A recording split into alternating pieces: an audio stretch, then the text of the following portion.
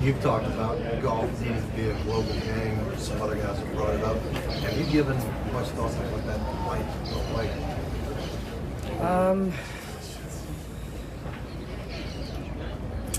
Yes and no. I mean, I think it's all pie in the sky stuff. It's all very,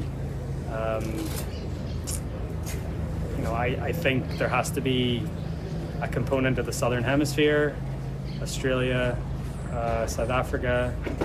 There obviously has to be a component of the Far East, whether that be Korea, Japan, China, obviously the Middle East as well. I mean, we've been going to the Middle East for a long time, but obviously Dubai, Saudi, and then sort of working our way from east to west and back into the United States for the, for the sort of spring, summertime, go back, I don't think it'll look too dissimilar to what it is right now, but maybe the front end of the year and the back end of the year might look a little bit different. But I mean, I still think I don't think we need to blow everything up, but there definitely needs to be some tweaks, I think. I would think it would be one tour. I think you just create a tour for the top 80 players in the world. So does that mean that then you would not play the other tours? Or? Yeah, then I think everything sort of feeds up into that one, like if the way I look at it would be like Champions League in European football. It sort of sits above the rest of the leagues, and then all those leagues sort of feed up into that, and the best of the best play against each other in the Champions League is the way I would think about it. All right, well, let's bring Ryan Lavner in live from Riviera, because, Lav, I know you were the one there asking those questions. Of course, we know Rory McIlroy has resigned from the PGA Tour Policy Board, so he's away from the decision-making, but he's still heavily involved with what this all looks like. What was your big takeaway from those statements earlier today?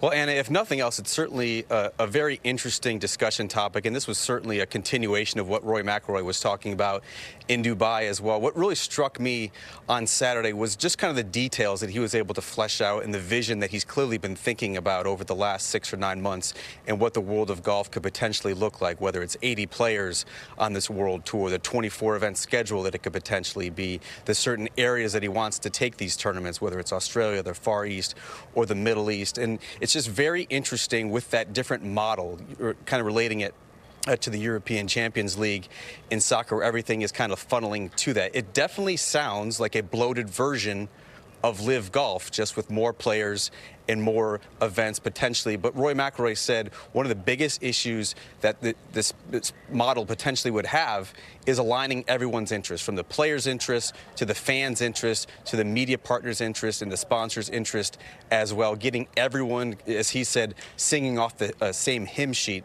is certainly going to be the challenge here. Yeah, it certainly sounds like it. Are there any other sort of sticking points that really stand out to you when you sort of reflect on the image that Rory was painting with what he's sort of envisioning with this? Yeah, talking to a couple of players today, one of the biggest sticking points, I think, is going to be that international schedule. And so with this, as Roy said, pie-in-the-sky idea, if it's 24 events, he said at least half of them would have to be in the U.S. This is where the biggest market is. This is where the biggest fan interests are. And so you're looking at potentially 10 or 12 events of the schedule that are international. That's a big deal for American players, young American players who traditionally have just gone off for either one-off events to chase appearance money or just head overseas for the Scottish Open Championship double in July. That would be a wholesale significant change to what these players are used to schedule-wise. Talking to some of them, that could certainly be a sticking point. But as Rory said repeatedly, if it's in the best interest of the fans, if it's in the best interest of the sponsors, the players are going to have no choice but to buy in.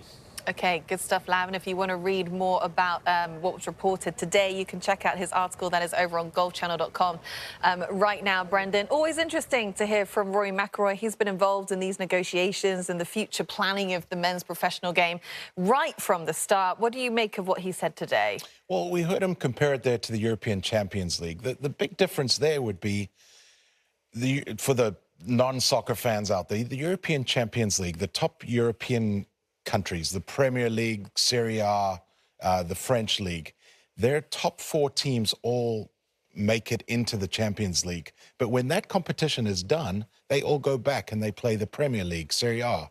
If he's talking about having a Champions League, but there's no other league for these guys to go back into to play, that's a massive difference there. But I have to say, Rory wants the PGA Tour to look or not the PGA, he wants global golf to look very, very different next year. He doesn't know exactly how, but you can hear from those comments he wants it to look very, very different next year. Do you feel like a world tour is the answer?